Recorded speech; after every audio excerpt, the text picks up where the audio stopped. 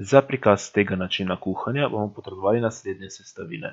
10 dek riža, v mojem primeru bom uporabil okroglozrnatega italijanski carnaroli. Pri tem bom za volumensko enoto uporabil kar steklen kozarec, ker ga potrebujem tudi za odmero vode za kuhanje. Namreč potreboval bom količino vode v razmerju 1:2, kar pomeni 1 volumensko enoto riža in 2 volumenski enoti vode.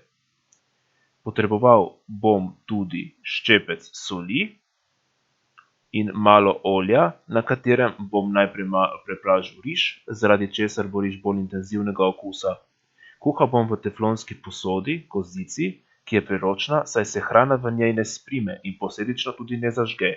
Če take kozice doma nimate, lahko uporabite tudi inoks ali pa lito železno kozico ali lonec, ampak morate pri tem biti bolj pazljivi in bistveno bolj pozneje mešati, ker se rado sprime in zažge.